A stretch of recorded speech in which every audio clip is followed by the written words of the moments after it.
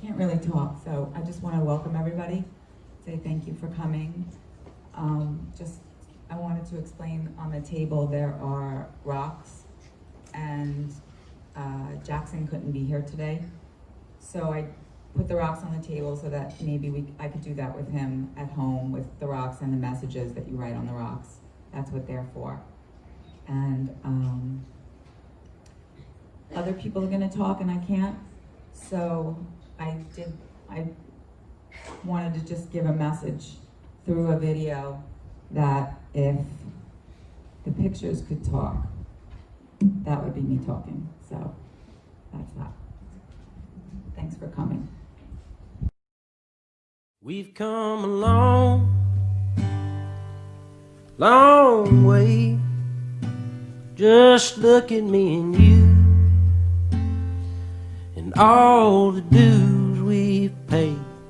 We started out loose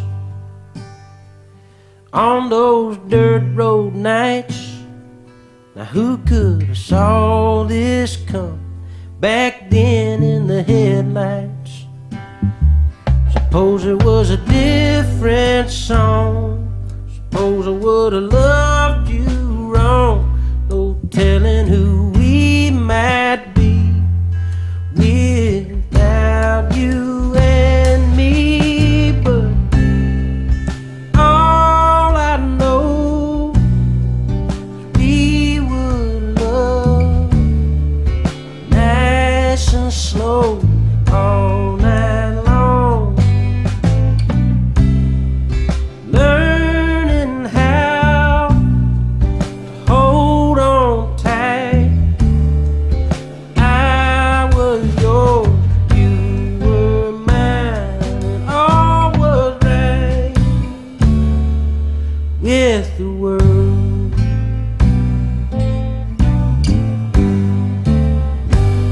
Growing up did its best to come in between, but you'd push and I'd pull, and we'd make the ends meet.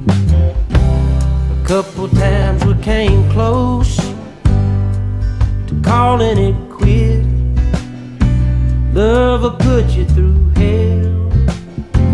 Well, hell never saw a love like this. No, all I know is we would love nice and slow all night long, learning how to hold on tight. I was yours, you were mine, and all was right with the world.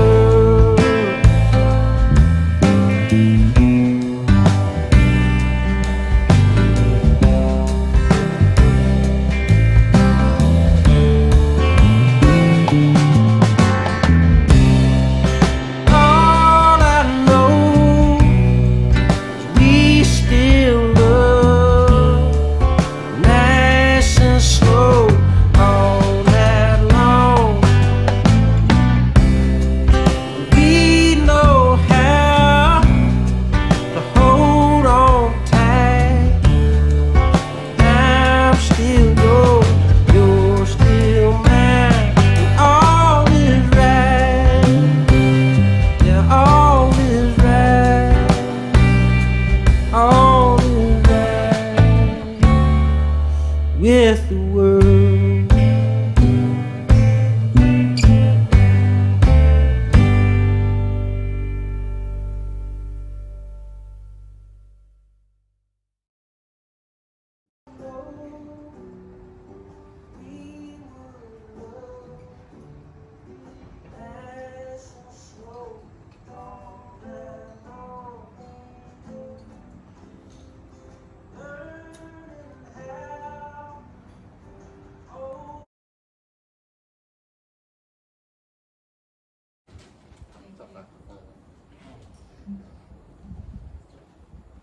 So you might not know,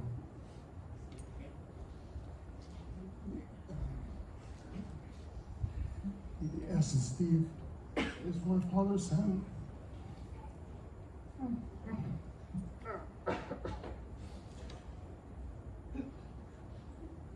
Oh, it was when my mother wrote Ruby.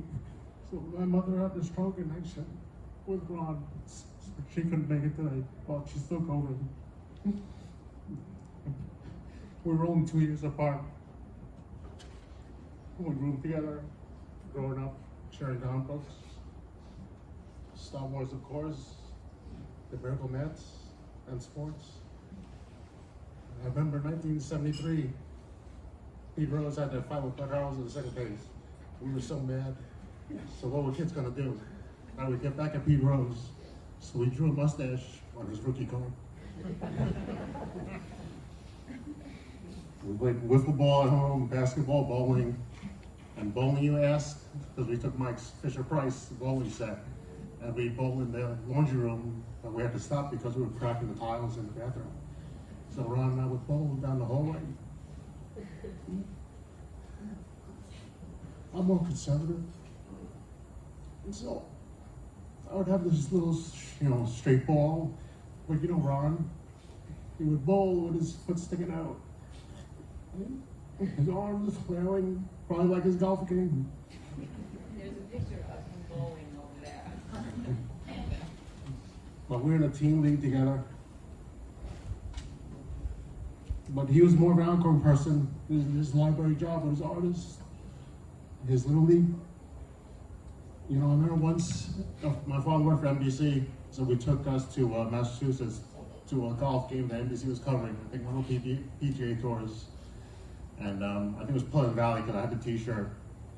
So we were in awe how these NBC guys would take the golf cart, and rev it to reverse as fast as they can, and then throw it to forward. They do these pop wheelies. And we were such awe. We took a ride with some other teenager down the slopes. We didn't know fairways or greens, so we would just drive around. We got in a lot of trouble. And once we almost went over a cliff, so we could have really got hurt. But it was fun times. But Ron always has his style, his independence, his confidence. He had the long hair, which my parents didn't like. But he loved his music, with his drum lessons. He self-taught himself at piano and guitar. But he always the country scene with his drums, yes. But my parents always worried about the arts. How do you make money? How do you earn a living being an artist? But what he did fine. But he always knew what he wanted to do. Something that comes to mind, I was thinking, the quote that you gotta dance like nobody's watching. He had the confidence that I'm just learning to get. But the rest of that quote is, love like you've never been hurt. Sing like there's nobody listening. And live like it's heaven on earth. He had Janine, Jackson, friends and family. So Ron, may the force be with you. Happy birthday. Rest in peace. For those of you that don't know me, my name is Howie, and I was Ron's best friend for 40 years. We weren't always so friendly. We actually started out as enemies. Playground enemies. My elementary school class would play against his class in gym. We met on the field of combat known as dodgeball. We didn't speak, we just threw red playground balls at each other, and then went our separate ways back to our respective classrooms. Flash forward a few years, I'm sitting in first period, and there's that kid from gym class sitting in front of me. His last name started with L, mine started with M. Just lucky, I guess. I don't think we said anything except hi. When the class ended, I walked to second period. Who should be sitting in front of me again? That kid, Louie. Well, it turns out that we had 8 out of 8 periods together. By the end of the day, we were really hitting it off. He was smart and funny. He liked art and Marvel comics. His favorite team was the Mets. And most importantly, his favorite band was the Beatles, which was good enough for me. We started hanging out and soon became inseparable. He had a great laugh and enjoyed making each other laugh. We'd eat lunch together with my elementary school friend John, who's here today, copying each other's homework and of course making each other laugh. for some reason, were really into these little bags of peanuts and raisins that they sold in the cafeteria, which we referred to as Raisin Nut Combo. Fueled by bags of Raisin Nut Combo, the three of us would ride our bikes all over Long Island because we were still too young to drive. We were in great shape back then. I'd leave my house, ride to John's house, and then the two of us would pick up Ron and ride away to whatever adventure we had in store that day. In those days, if you saw one of us, the others weren't far behind. Ron and John joined the marching band together, Ron on the drums, and John on the coolest instrument in the band, the baritone horn. I didn't join the band because I didn't want to wake up early and go to practice before school. Ron and I became very close over our shared love of music. We'd go over each other's house to listen to each other's records. When one of us got our Columbia House package of albums, it was like Christmas for both of us. Ron introduced me to a guy named Rob, who's also here today. Rob was an even bigger Beatles fan than we were.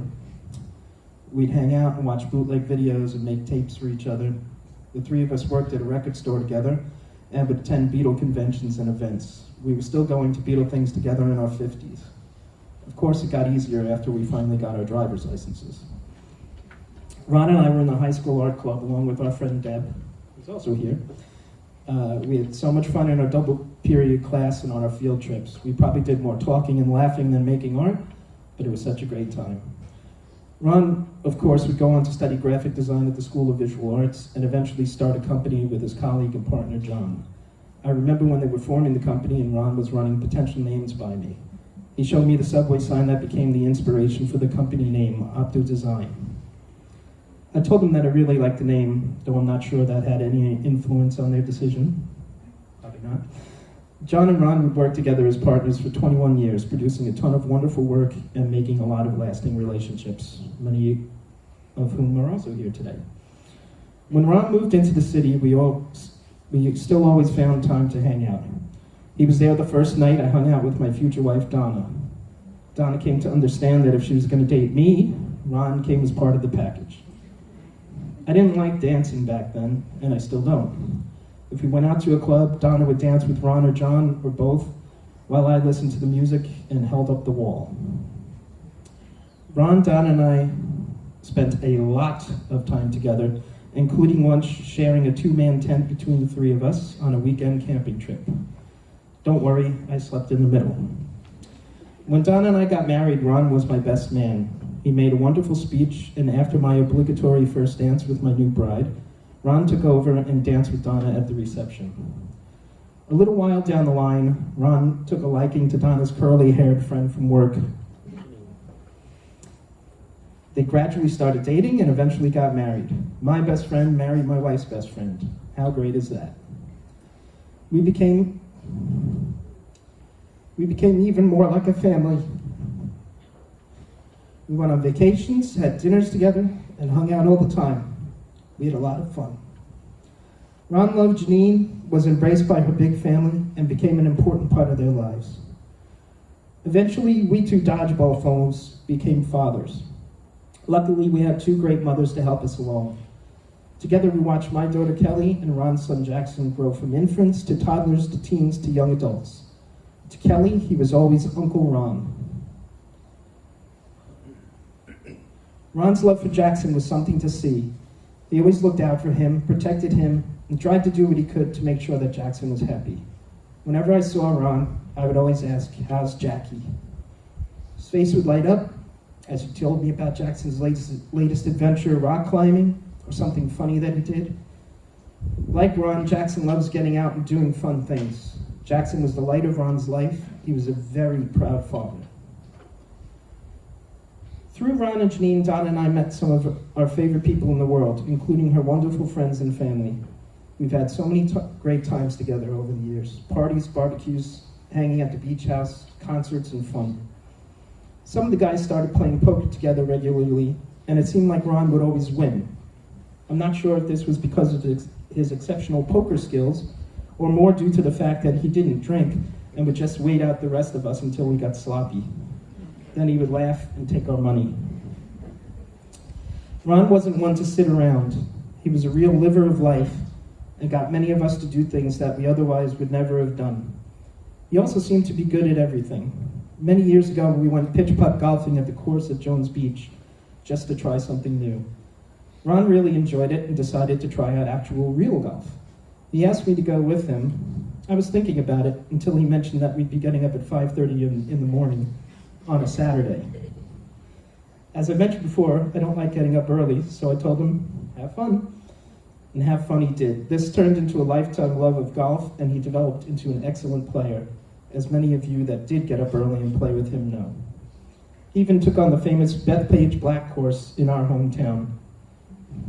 Besides golf, Ron was a good softball player, playing on the Octo team while wearing their Chico's Bail Bonds jersey. I would occasionally join the team when they couldn't come up with enough warm bodies. Ron could really bowl and had a trophy for his .255 game. He was also good at darts, pool, and ping pong, and we competed in those activities at our self-created Fat Fish Olympics. This was another case of Ron waiting for us to drink enough until he could beat us in those activities too. Some of you here are still proud owners of an official Fat Fish Olympics beer mug trophy. Speaking of the Olympics, one year Ron was watching the Winter Olympics and decided to give curling a try. You know, the sport where you shove a heavy stone across the ice while your teammates sweep frantically? He convinced a bunch of us to go to a curling club in New Jersey. We ended up having a great time curling and sweeping and falling down and went back for many years. Ron even joined a curling league on Long Island and really enjoyed it. He could pick up an acoustic guitar, look at the chord chart on his phone, and play just about anything, or at least get pretty close to playing it. We had a great time in the summers, sitting at the beach fire, singing songs together, like Simon and Garfunkel, with much less talent. Ron was even good at growing hair. From his standard bowl cut when I first met him, to his 80s spikes, to his 90s long hair that would put most of you ladies to shame. He always had a beautiful head of hair. Even when his hair went gray, it wasn't your usual standard thinning white hair that everyone gets. It was a beautiful full head of silvery hair. His silvery head even graced the cover of a live album by a band called Johnny Swim. I was standing right next to him at the show, but they cropped me out of the photo. I guess my hair wasn't good enough. Ron was either a loyal sports fan or a glutton for punishment, exemplified by his love of the Mets and the Knicks. In the 4 decades we were friends, they only won 1 championship between them, but he still stuck by them. We went to countless games over the years with our wives, our kids, Ron's brothers Stephen and Michael, our friends, and our families. Even if our teams didn't always win, we always had a great time. Ron would get his helmet full of nachos or a mini helmet of ice cream with orange and blue sprinkles, and he'd be happy.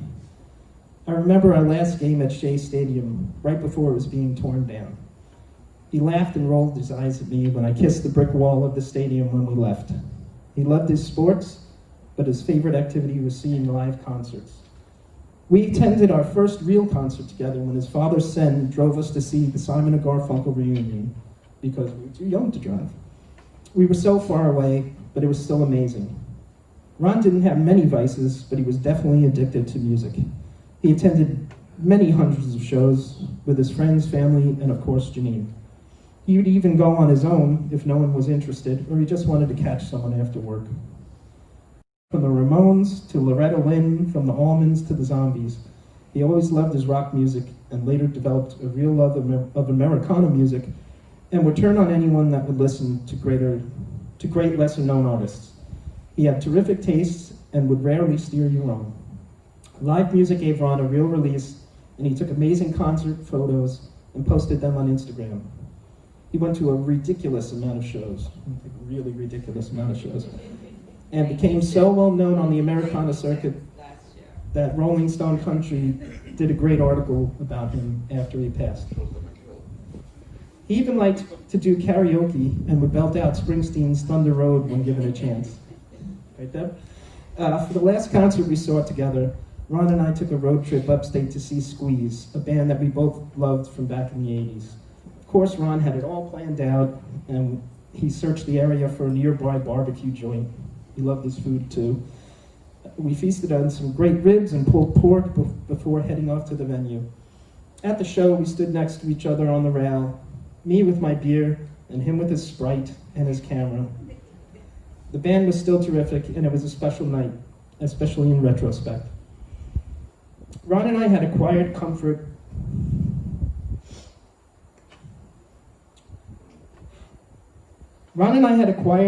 that is only earned by knowing someone for a long time. I could usually read his face, tell what he was thinking, without him opening his mouth. He was a complex guy and carried life's burdens with quiet dignity. He was usually sensible and level-headed, while the craziness of life circled around him. If you want to know if something you're thinking of doing is a good idea, just ask yourself, what would Ron do? The last time I saw Ron, we had played poker at our friend Tom's house. Of course, Ron won. When the game was over, some of the guys left, and old man Tom went to bed.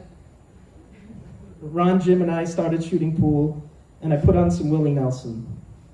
Ron looked up, smiled, and said, "Good choice." We shared some more laughs and had a great time, as always. Another great ending to another great night. In my final exchange with him, I told him that I loved him. He responded, "Thanks." That was so Ron. To quote our favorite band, the Beatles, "And in the end, the love you take is equal to the love you make." Ron was a wealthy man for having the love of so many of you wonderful people.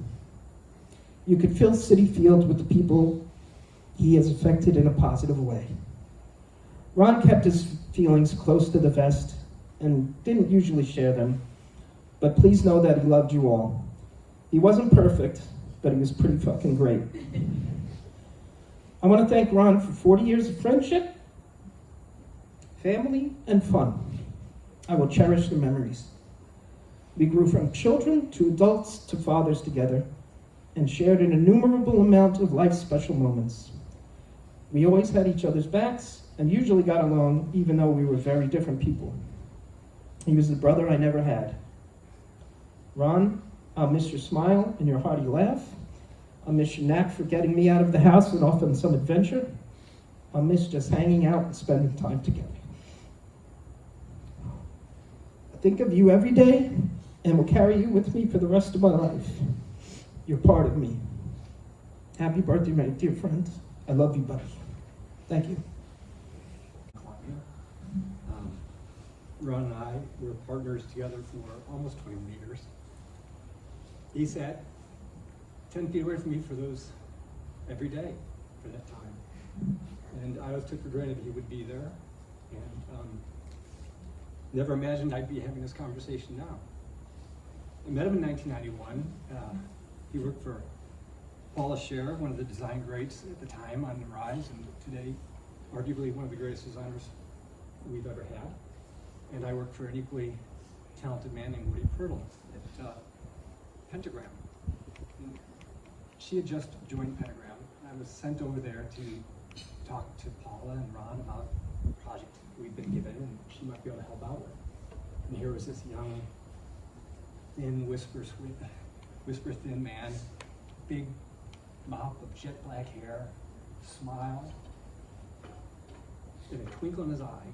And I don't know if I liked him immediately, because I think the dodgeball conversation that Howie gave is maybe a little bit how I felt. Competitor, friend, but absolutely wonderfully engaging person. And he said to me, he goes, "Well, why aren't you doing this?" And I really had no answer other than the fact that you were more talented than I am. Paula's more talented than we are. You should do it. It wasn't that long from there that Paula came over to Pentagram, and I realized that Ron and I had a lot in common. I was a suburban kid living in New York, overwhelmed by this vast number of people. And Ron, too, was a suburban kid living in New York, overwhelmed by a vast number of people. We worked long hours. We were there till 10 o'clock every night. Pentagram had a free lunch. We both liked things that were free. But we realized around the summertime, we kept getting mozzarella and tomato, mozzarella and tomato, mozzarella and tomato. And I realized that Ron and I like a little more protein than that. So we'd go out and get lunch. And Ron's favorite lunch was a bologna sandwich and white bread with nothing on it. And please, no pickle. And he always got a pickle. And he'd always open up that container and go, pickle. But he'd still eat it. And we sat outside a few times and thought, well, we've got a little more time. Why don't we go shoot pool? And we took an hour to do that. And we did that frequently. And then we met John Paul Enders, a wonderful photographer in New York through Paul. And he'd invite us over for lunch and we'd play darts. So we had this free lunch, yet we escaped every day to go do something else. And we really bonded that way. And at some point in that relationship, we agreed that we should be partners together. But before that actually took place, he left and joined a firm called Tom Nichols in New York. And he was at the very front end of the internet. I mean, the fingerprints on web design had just begun, and he was there working incredibly long hours, really challenging effort. And he made such a great impact that he soon took a job with the New York Times. And he was hired to begin the design look and feel for what you see today on the internet, for arguably the biggest news publication in the world. He began his design for the welcoming of the Pope, and then that satellite site became the full-time site that was launched from his desk later on.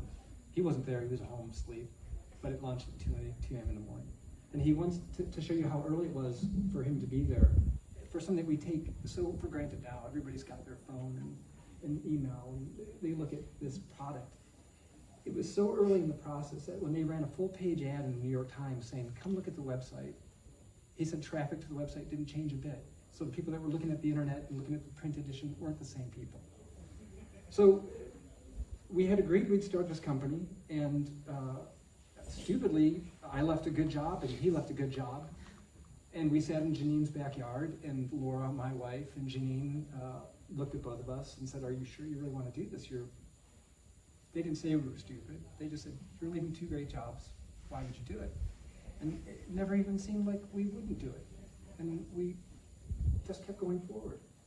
And the first day we sat there looking at our printer and trying to figure out how to connect the printer from the computer and send something, and probably we burned a whole day solving that problem, but we figured it out. And then we got this really sick and sudden realization a month later when the accountant didn't walk around and hand us our paycheck, that we were now looking at the mailman as our source of income for anything that we might do, going from payday to payroll. It's just absolutely crazy. I mean, in our time at Opto, Ron worked with some really big people. He did Business Week Online, New York Today, and he worked with a lot of small companies. And some of the folks that he's worked with, he's left indelible impressions on. He was very gracious and welcoming and inclusive. And I had a couple notes from some folks that when he passed, commented on how welcome he always made them feel. And I would say that the thing that I love most about Ron is that regardless of your stripe, regardless of who you were, you could walk into our office, walk into his life, and he made you feel absolutely comfortable. And I will desperately miss him for that. I know that it's a trait we all wish we had. I know I wish I had it more myself. He was the one who kept, as how he said, his heart, his comments close to the vest. I didn't know a lot about Ron. It would be me who would initiate some expression of joy or displeasure, and he would respond. He would rarely initiate it himself. But I would say that the fondness that we had for work was punctuated by all those little things that we did that were small and insignificant. Softball, bowling. I mean, if he threw a bowling ball, if he needed the first half of the lane, it would be amazing because he would throw it, the ball would be airborne and land at the back end. The first time we golfed together, and he was very early on in his days as a golfer, he showed up with this giant red leather bag that only a professional would carry with a caddy. And I go, where did you get that from? And I think it was his uncle or his father. And he had such fondness. I mean, we played softball together, and I met Mike that way, and Howie and some of his other friends came along. And just such a treat to have all those little moments in life. I look around the office now, and Janine and I have had these conversations about the sort of fingerprints left behind. The coffee grounds that he would never clean up. The table that he refused to let me throw away. these things that are part of my life that I would find sort of painful to have to navigate, I can't bear to get rid of now because it reminds me so much of him. I would say the one thing that struck me the most in terms of letting everybody know that Ron had passed in such a sudden, fast way was the first question that came up: what underlying conditions did Ron have? And I don't think it's underlying conditions that took his life. I think it's underlying conditions that made his life. It was loyalty to his friends and his family, to his company. It was humility for all the talents that he had. He never walked around and waved the flag of how wonderful am I. You'd have to search and dig deep to find that information. Such a well-read guy, so knowledgeable. If you dare ask him about what country song he was playing, he would say, that's not country, that's Americana. That's folk music. He controlled the dial of music in our office. And I think his creativity and his passion for life were also great underlying conditions. And we should all strive to have those in our lives today as a result of that. The day we last saw each other was March 12th, and I had said, hey, we need to close this office and work from home. And he looked at me that night, he said, well, I'll see you Monday. And I laughed, and I go, I don't think I'm gonna see you Monday. I just didn't think he'd never again.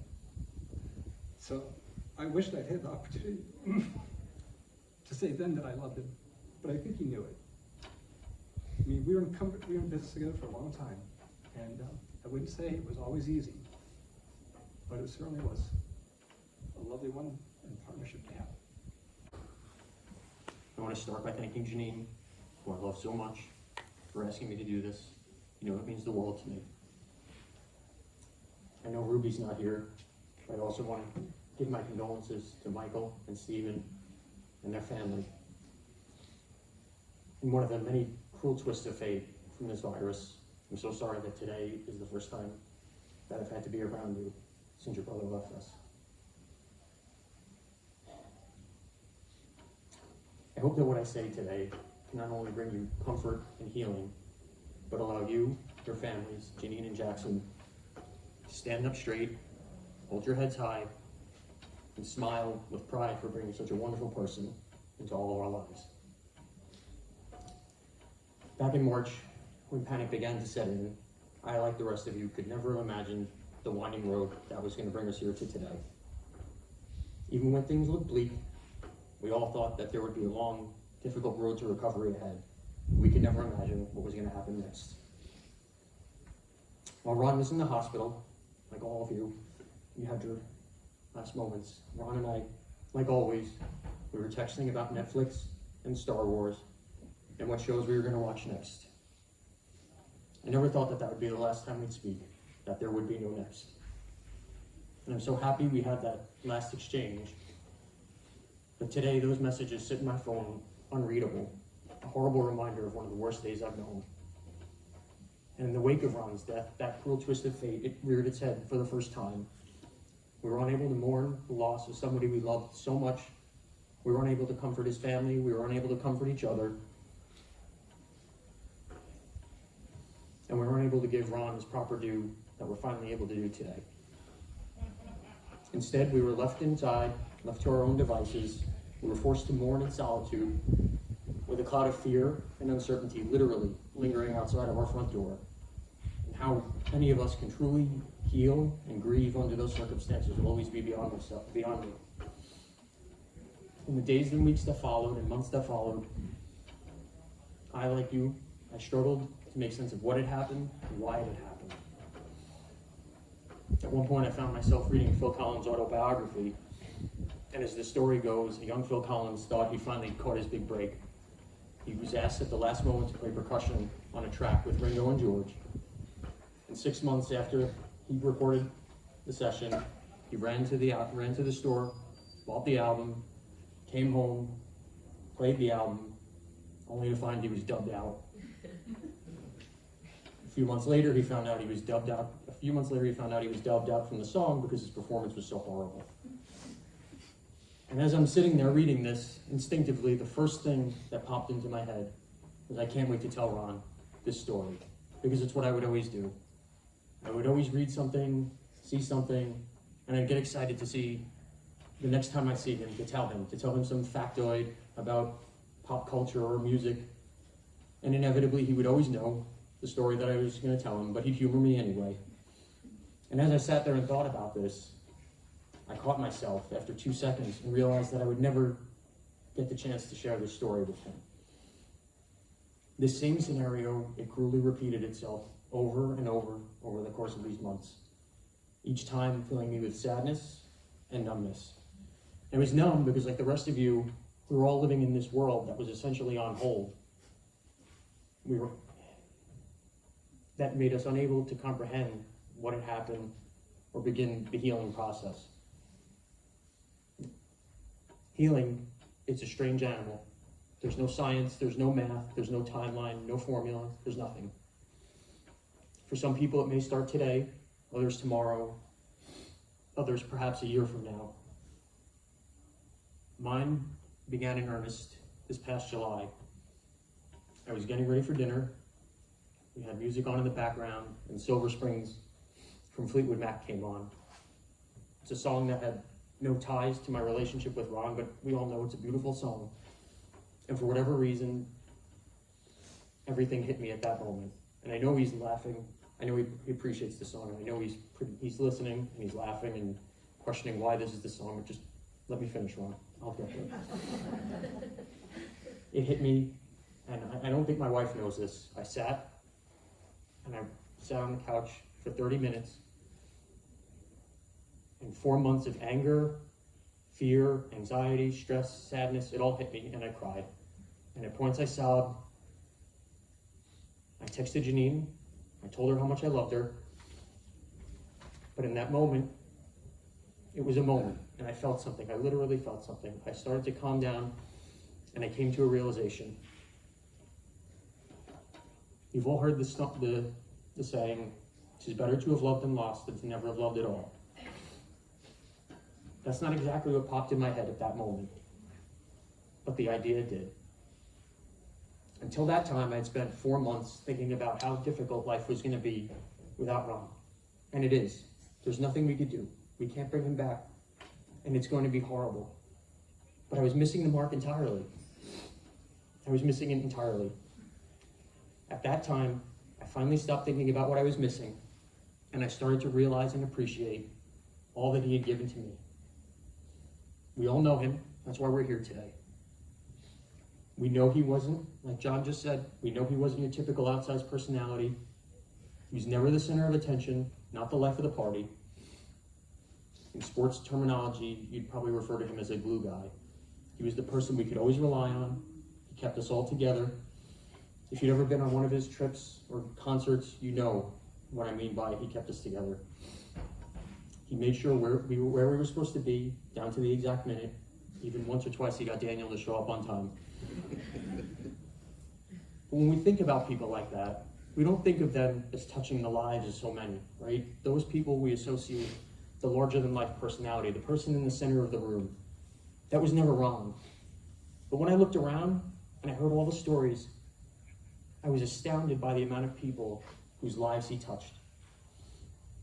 You heard stories from his colleagues at work, his friends from golf, yes, curling, artists. We saw the article in Rolling Stone. One day I even received a call from a coworker, just a recent acquaintance. I didn't know him that well, and he called to tell me that his brother, whom I'd never met, called to say that he knew Ron, and somehow he connected the dots between his brother, me, and Ron. And when he called him, he knew him from the circuit. He was a fellow concert goer. And I know he'd appreciate this, Janine, I told you, and I know you appreciate it too. He referred to Ron as a living legend on the country scene, or the concert scene. Everybody knew him, not only just for him being there at every show, they knew him for his knowledge of the music, for the way he respected the genre, the way he talked about artists, the way he treated people. But even without prompting him, this was again somebody I'd never spoken to, without prompting him, he said the names Janine and Jackson. So here Ron was at a concert, talking to some guy, George, who I'd never met, that none of you have probably ever met. George, if you're here today, I'm sorry. But here he is at this concert, and he's talking about his wife and his son. That's the type of person he was. But you look and you ask, this is our Ron, right? He's not the center of attention. How did he affect so many people so positively? How did he do this? But the answer all along, it's right there. It's right in front of our face. If you knew him, you look at the man who he was and is. He was the epitome of class. He was always calm, never condescending. I know he'll like this. He always had his sweater vest on with a smile. And he was always comfortable in his own skin. But there's one thing I don't think he got enough credit for. It was his courageousness. He was always there for Janine and Jackson, always supporting them, no matter the highest of highs or the lowest of lows. He was a man who blended into a family, my family. A family he looked literally nothing alike. But he made our hearts so full with love for him, and our minds more open and stronger just by him being himself. So it's no wonder in this world, this crazy, turbulent, polarizing, and angry world that we live in, that people would find solace in a personality like Ron's. And I have to put myself at the top of that list. This might come as a surprise outside of my family members and maybe John and his brother Michael, who had the pleasure or displeasure of playing softball with me 20 years ago, to see what a lunatic I was. I used to be a pretty intense, occasionally, more than occasionally, angry individual. And I'd say over the 20 years that I knew Ron, aside from my wife Michelle, he was one of the people who had the biggest impact in my life of changing the course of who I am and teaching me how to live and be more peaceful and happy. I'm the type of person I learned by observing. I never sat down and talked to him about this, and I wish I did. I never sat and asked him, why are you so happy? Why are you always smiling? I never did that. But I just watched. I always watched. And he taught me,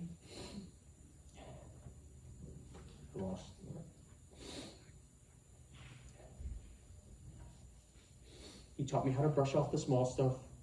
He taught me how to disagree without anger and confrontation, how to keep my mind open to new hobbies and genres. But most of all, the most important thing he taught me, and I think we've all heard it from everybody who spoke before me, he taught me how to smile and laugh no matter the situation. So no, at this holiday season or the next, when the new season Stranger Things comes out, I can't talk to him at the table. I can't turn and talk to him about it. And that will hurt my heart as long as I'm here. But he was so much more to me than a conversation. I know standing here today, I'm literally a better person and a different person because of the impact that he had on me. So when you talk about it's better to love and lost than never love at all, that's the essence of who he was to me. Without him, without his love and his being, I'm not who I am today. So with that, he may not be here physically with us, but he gave us a better gift. He gave us a gift and a presence that will last way beyond his lifetime. So Ron, I love you, I miss you. I know you're listening, and I know you're playing with Tom Petty right now, and I know it sounds a hell of a lot better up there than it did down here. Happy birthday. I love you. Cold here with us. I give lots of presentations and speeches, but this is the most difficult I have ever done. And so if you don't mind, I'm going to read it because I don't think I would be able to do it otherwise. We're gathered here to celebrate Ron Louie. Ron was a calm, patient, gentle soul. Ron was a role model to me, and as you've heard to others, to be a good man. He was a great friend, he was a great brother, he was a great father, and he was a great husband. Someone just told us that Ron is an angel, and he's still here with us. And I'm not a religious man, but frankly, I believe this to be absolutely true. Ron would never leave Janine and Jackson, and he's still here with us. And I wanted to say a few words to Ron, and I thought I would do it with using the words from the songs that he loved so much. Ron, we were a band of brothers, and funny how time slips away. And I don't understand, and I can't just let you say goodbye. That's Willie Nelson. Ron, I know you were saying, I want to be where the bands are as you go off into the night. But stay here with us, Bruce Springsteen. We will never know the reason why, and we still wish for a little more you, little big town. You never joined the smoking and the drinking, Miranda. I know you're traveling alone, but Ron, we can't let you go. If there's a heaven, you deserve that joy, but we wish you would stay here with us, Lucinda Williams. Ron, if you're paying attention, I know the weight of the load, and this heaven is here with us. And has anyone told you they'd be lucky just to know you? I know I was. Ashley Monroe. Ron, what are you listening to? We could have used more of you. I will always think of you when the stars come out. Chris Stapleton. Because you are with the stars. Janine, it will never be easy, but we were all here for you. Michaela Ann. And finally, we must say goodbye, and we will miss you, Darius Ruckers.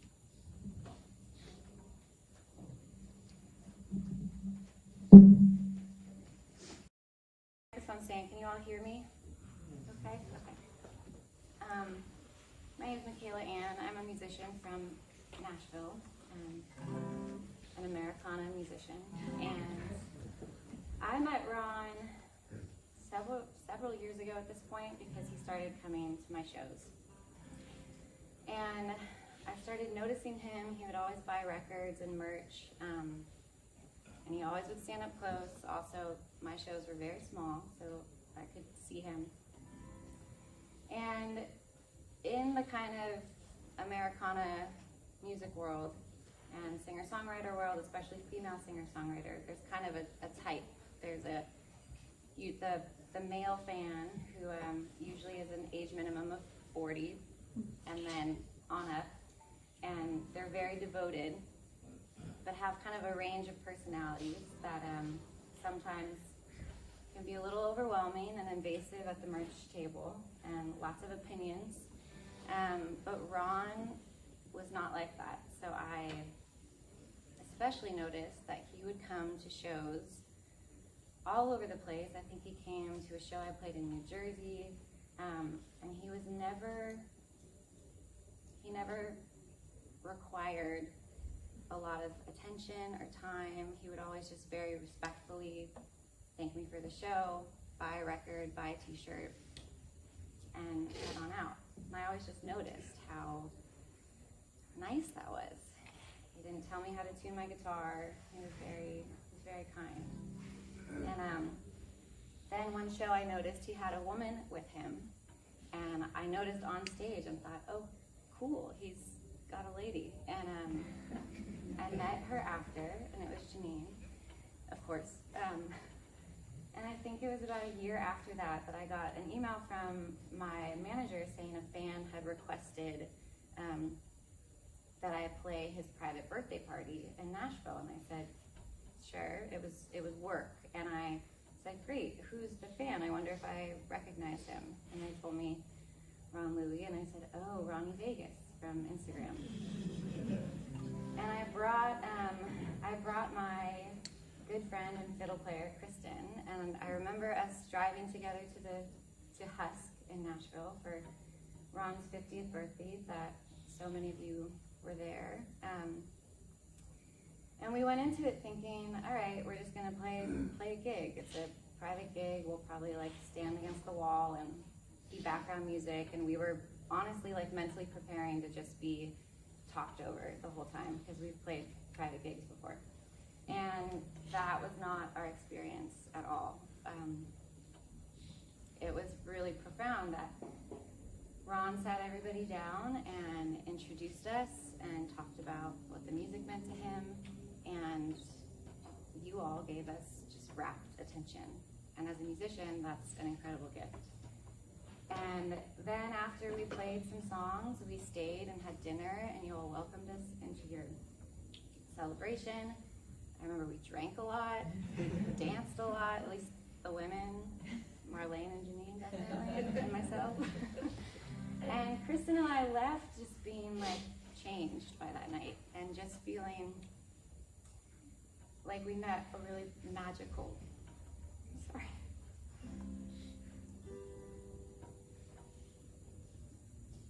a really magical group of people that we knew was extension of Ron. So I'm gonna try not to cry because Janine's asked me to play 4 songs that I have to get through. But I feel really privileged and honored to be a part of this with you all. I wish it was under better circumstances. This is an old Carter family tune that Janine requested that I learned from Greg Allman's version, of course.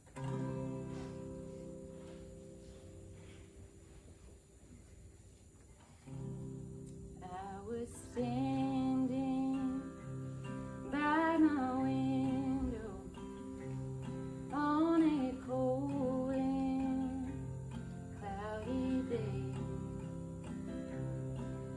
and that hers come rolling, carry my mother away.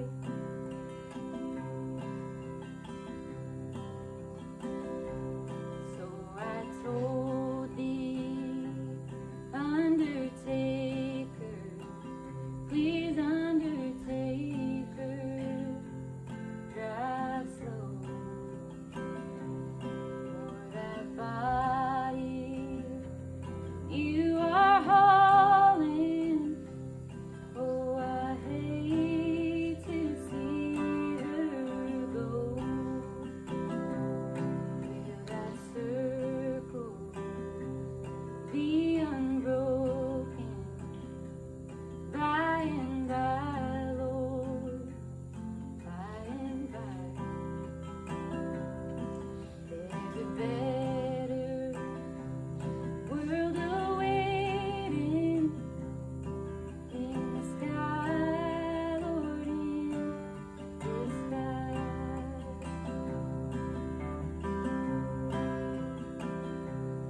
So I followed close behind her, tried to hold up and be brave, but I could not hold my sorrow when I laid her in the grave. Will the circle be unbroken by and by, Lord, by and by? There's a better home awaiting in the sky, Lord, in the sky. There's a better home awaiting in the sky, Lord, in the sky.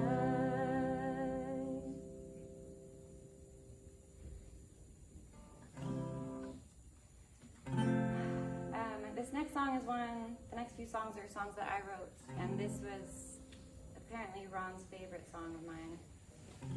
I think it was a couple Christmases ago. Janine had me handwrite lyrics for him as a Christmas present.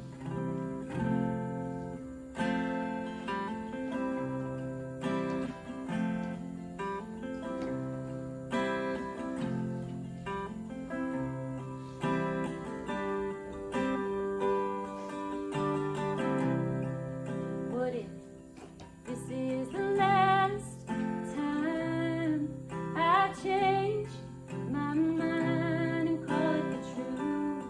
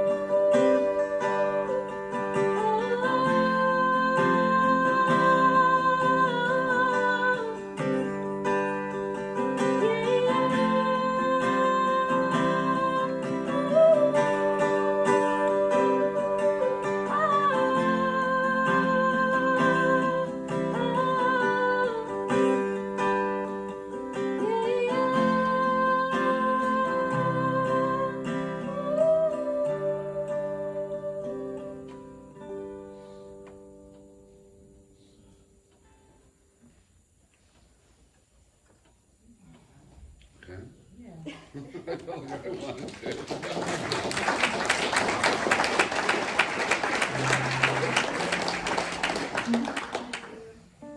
play this two more. I also want to say that Ron, he really was like in the Nashville Americana community. Everybody knew who he was, and nobody really knew him again because he didn't come and share his whole life story at the merch table. Like every musician on social media, Jason Isbell dedicated a song to him. Everybody knew who he was, and I think that's just such a profound gift that we all got to experience. That so many times, so many of us would be on stage, and we got to see Louie standing up front, just reminding us of how incredible music and life is.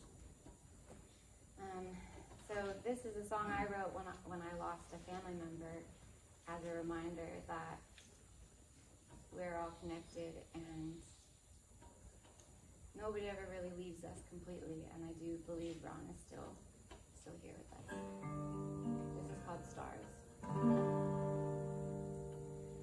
As my footsteps clear this worn and thorny path, I wonder where you go when your moments pass.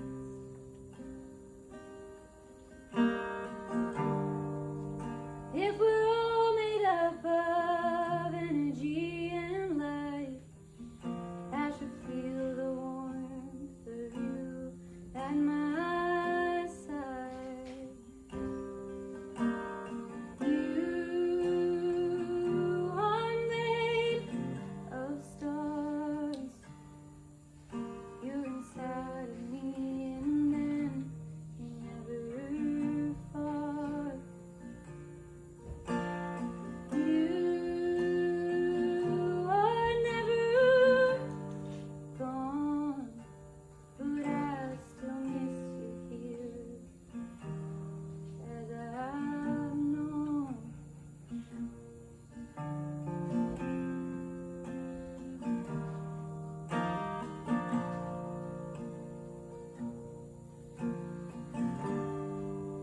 It's the memory of you I hope remains.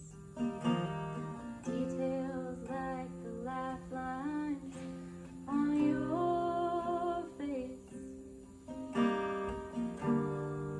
So I will tell the world of all your many charms. Dreamer, lover, believer of the heart. You are made of stars. You're inside of me, and then you're never far.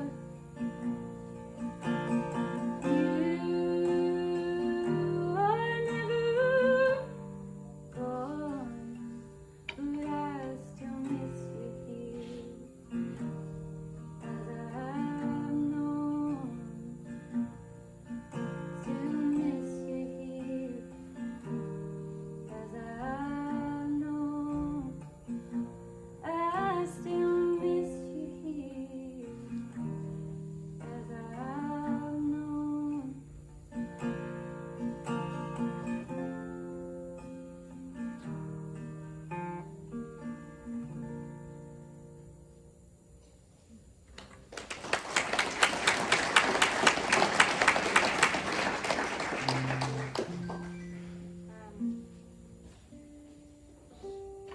I'll be honest, at first I was a little self-conscious when Janine asked me to play 4 songs. But then I thought, I mean, how could you have a memorial for Ron without a concert?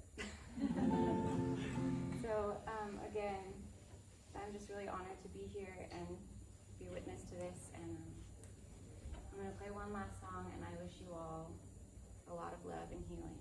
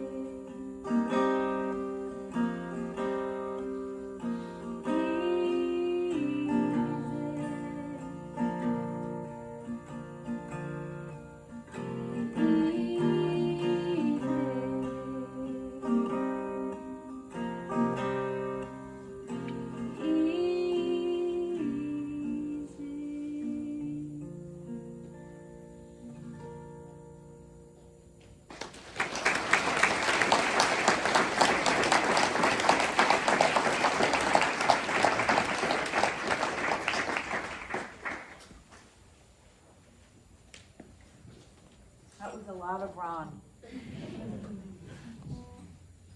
I promise this is a little bit more uplifting. I'm gonna play it. I made this when Ron turned 40.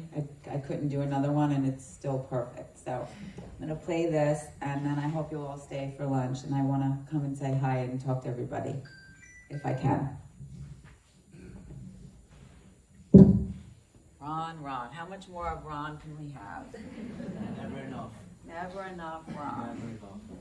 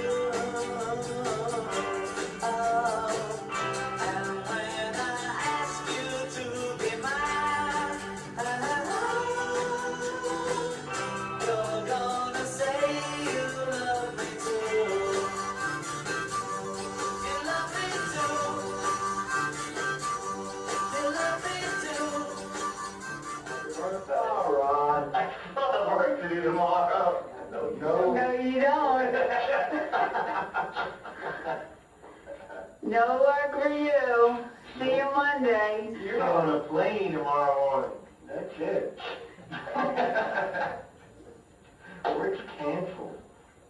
That's your logo. Not for me. I didn't do it. Thanks, guys. Yeah. Let me take it from a computer. A little shocked, I think. A little shocked. Happy birthday, Ron. Where are you going, Ron? And what do you wish you had? Fill in the blank. Too bad you can't play golf this weekend. Aw, poor Ron. Happy birthday. We're so glad to be here as part of your celebration. Wait. Something's not right.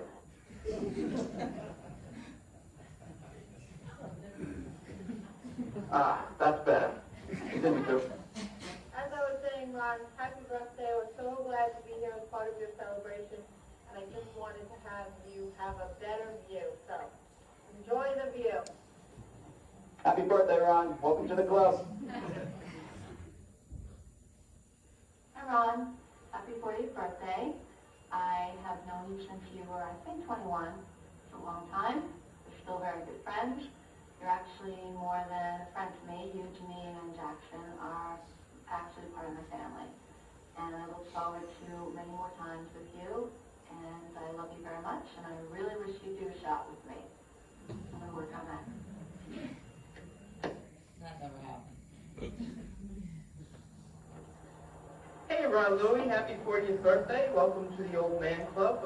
Meetings are on alternating Saturdays of the first of the month. We've come a long way since the days of hanging out in your parents' basement, playing ColecoVision and playing Beatles albums, riding around on our bikes. You've been like a brother to me. I love you. Happy birthday. Enjoy.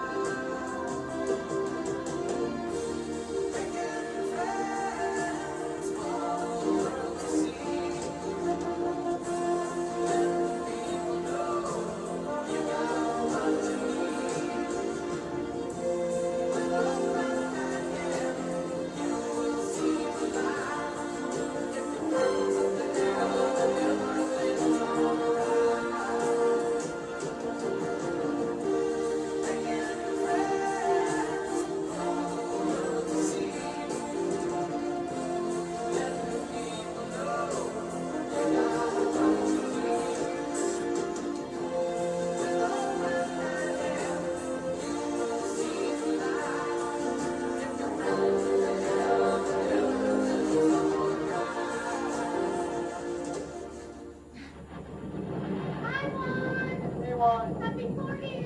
Happy 40th, Juan.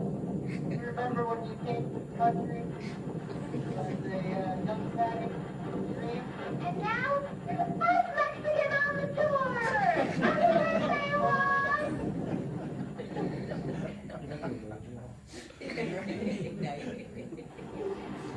Hi, Ron. Happy 40th birthday. Good concert, and I hope your next 40 is even better. Bye. Cameron, it's a your birthday. It's your birthday. We're gonna party like it's your birthday. Oh yeah.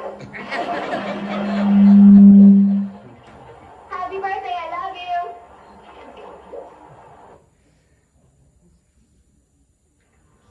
Happy 40th birthday, Uncle. I love you. Have a great time at your party. Bye.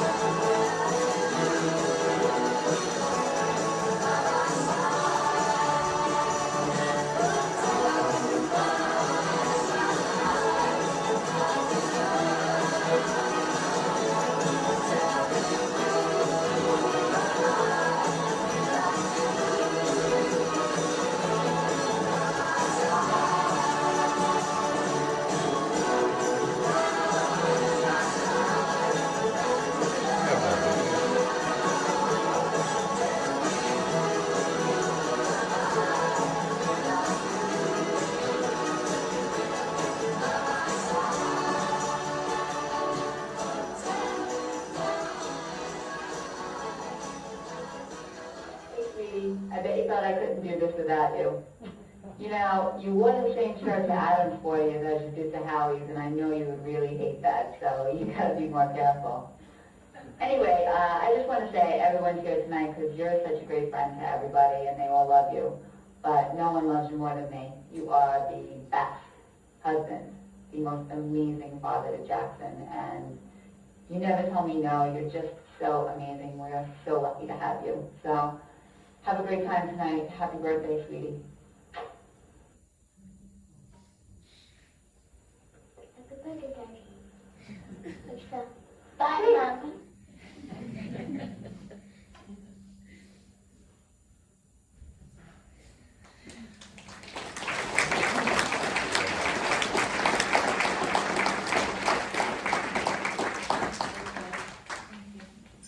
Love everybody.